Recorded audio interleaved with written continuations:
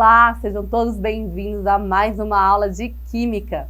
Hoje a nossa aula vai ser sobre um assunto muito legal, é um dos assuntos que eu mais gosto da Química, que é a parte das reações químicas.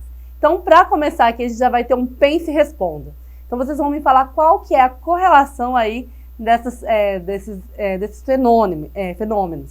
Então, aí a gente tem um papel que se rasga, um vidro que se parte, uma água que se ferve e vai se evaporar, e um gelo que derrete. E o segundo grupo de situações é ali um bifinho na grelha, olha que delícia. Uma fruta que amadurece e estraga, um fósforo que acende e o processo de fotossíntese. Então, qual que é a correlação aí entre esse grupo de situações? Então, aquele primeiro grupo, gente, eles são correlacionados porque eles fazem parte ali dos fenômenos físicos. Então, os fenômenos físicos, ele vai ser o quê? A transformação física, ela vai ocorrer sem com que haja a formação de uma nova substância. Ou seja, as substâncias continuam sendo elas mesmas, podendo ser sendo divididas ou mudando ali de estado físico. Então, o papel ali, gente, que rasga, ele não deixa de ser um papel. A mesma coisa acontece ali com o vidro que se quebra, né? Embora ele esteja ali em pedaços bem menores, ele continua sendo vidro. A água que ferve ou que ela derrete, também ela não deixa de ser água, ela só vai mudar o seu estado físico. Então, a gente chama isso dos fenômenos físicos. Já a gente vai ter aqui os químicos. Então, ali uma transformação química, ela vai ocorrer, ela precisa o quê? Que haja a formação de uma nova substância. Então, essa substância com propriedades diferentes da substância inicial. Então, esse daí é um fenômeno químico. E agora a gente vai falar a questão das evidências das reações químicas. Então, ali no decurso, né, das reações químicas, vai ter o quê? Vai ter as evidências que vão o quê? Vão demonstrar que ocorreu ali uma transformação química, né? Então, essas evidências, elas podem ser o quê? Elas podem ser evidenciadas através da nossa observação, da ocorrência dessa transformação. Então, aqui a gente tem um exemplo de mudança de cor. Então, essa evidência pode ser ali uma mudança de cor, ela pode ser ali, ó, a adição de um ácido também fazendo a mudança de cor, ela pode ser a formação de uma chama, né? Então, aí explodiu o hidrogênio, então essa daí é uma evidência que ocorreu uma reação química. Aqui a gente colocou ali, ó, algum sal que vai reagir diretamente com a água. A gente pode ter a formação de um gás, então isso daí é uma evidência de uma reação química. Aqui a gente tem essa reação, ó, colocando ali o permanganato numa solução de hidróxido de hidrogênio e vai ter o quê? Uma formação bem grande ali de fumaça, gente. Já fiz essa experiência e ela é muito legal. Aqui a gente vai ter a formação também de um gás, então a gente colocou ali uma gummy bear no ácido, né, fazendo a produção da fumaça. Aqui a gente tem a formação de um sólido, olha só. Aqui nesse também a gente vai colocar uma solução supersaturada, né, fazendo com que haja a saturação. Então a gente teve a formação do sólido. Aqui a gente tem a formação dos cristais de sais. Aqui a gente tem o desaparecimento da substância inicial. Então daí é uma evidência ali da reação química. Então aqui a gente tem uma colher e logo mais essa colher não existe mais. Aqui também a gente tem o ácido sulfúrico, né, colocando ali em cima de uma esponja, então ela derrete, some completamente, então aí a gente tem o desaparecimento dessa substância. A mudança de cheiro, então aqui, ó, por exemplo, a gente pega ali uma massa ali, faz um cookie bem gostoso e logo a gente vai sentir o cheiro aí desse cookie, né? Então, a mudança de cheiro é uma evidência ali da reação química. Já o oposto, quando a comida também estraga, logo a gente também sente o cheiro. Então, essa daí também é uma evidência. E qual que é a definição ali da cinética química, gente? Então, a cinética química é a área da química que vai investigar a velocidade das reações químicas e os mecanismos por meio das quais elas se processam. Então, a velocidade de uma reação é a rapidez com que os reagentes são consumidos ou então a rapidez com que os produtos são formados. Então, sempre numa reação química, a gente vai ter os reagentes que vão formar os produtos. E a cinética química é a ciência, né, essa parte aí da química que vai verificar essa velocidade. Então, para a gente saber se ocorreu ou não, né, a reação química, além ali das evidências, a gente tem a teoria das colisões. Então, para compreender, né, esses fatores que vão alterar ali a velocidade de uma reação, a gente precisa o quê? Conhecer essa teoria. Então, de acordo ali com a teoria da colisão, a gente pode afirmar que uma velocidade da reação vai depender do quê, gente? Da frequência das colisões, da energia dessa colisão e a orientação das moléculas ali durante essa colisão. Então, vamos ver aqui, ó. Então, ó, quando o reagente ele é colocado em contato, né, com entre eles, né, os reagentes são colocados em contato um com o outro, vai o quê? Ocorrer a reação química. E as partículas, né, que compõem essa reação química, elas vão se colidir, ou seja, elas vão chocar, né, elas vão bater de frente uma com a outra, e parte dessas colisões depende o quê? Da sua orientação, da frequência e também da energia que essa colisão vai ter para ver se vai formar ou não uma nova substância.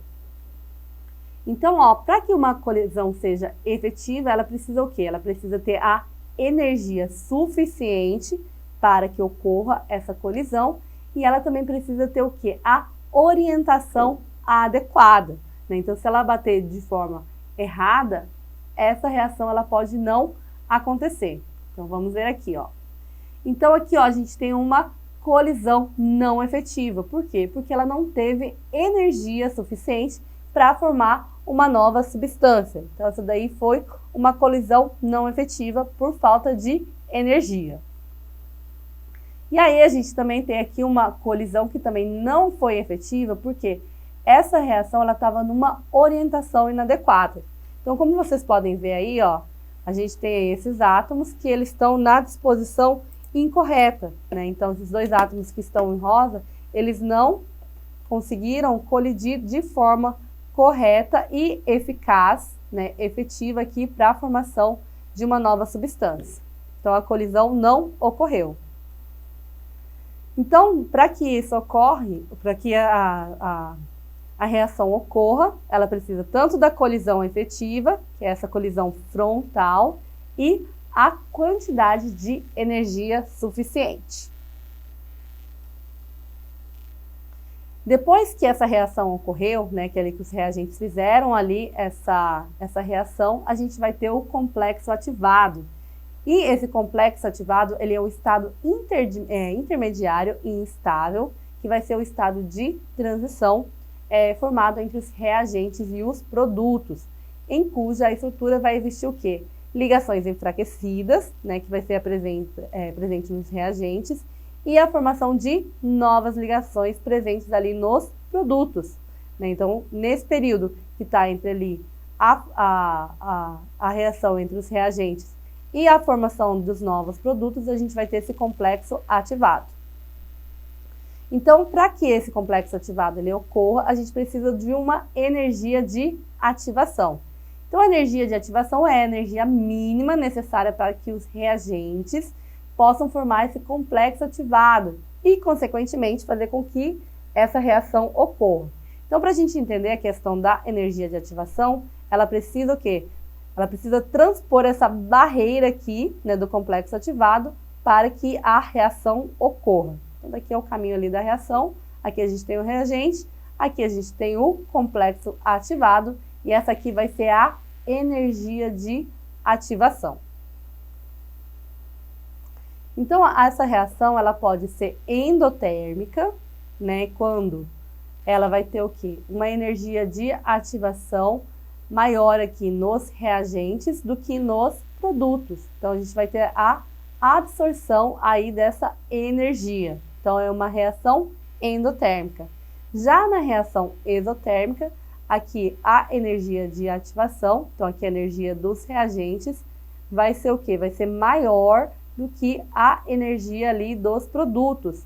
Então, a gente sabe aqui que teve o quê? Liberação de energia. Então, é uma reação exotérmica. Agora, vamos lá para uma questão aqui da Universidade Federal lá do Rio Grande do Sul. Então aqui nessa figura a seguir, representam o quê? As colisões entre moléculas reagentes de uma mesma reação em 3 situações. Então aqui a gente tem a situação 1, então a gente tem um NO2, que está reagindo aqui com o monóxido de carbono, CO. Então aqui eles colidiram, porém, gente, não houve o quê? A formação de um novo produto. Então aqui, ó, o N2, NO2 continua sendo o NO2, e aqui o CO continua sendo o CO. A situação 2, né, a gente teve essa mesma colisão do NO2 mais o CO. Aqui a gente tem ali o complexo ativado. E já aqui, ó, gente, a gente já tem o quê? A formação de uma nova substância. Então aqui, ao invés de ser o NO, ele perde um oxigênio. Então fica só o NO. E o CO, ele ganha um oxigênio se transformando no CO2. Então, na situação 2, a gente teve o quê? A gente teve a produção de um novo elemento.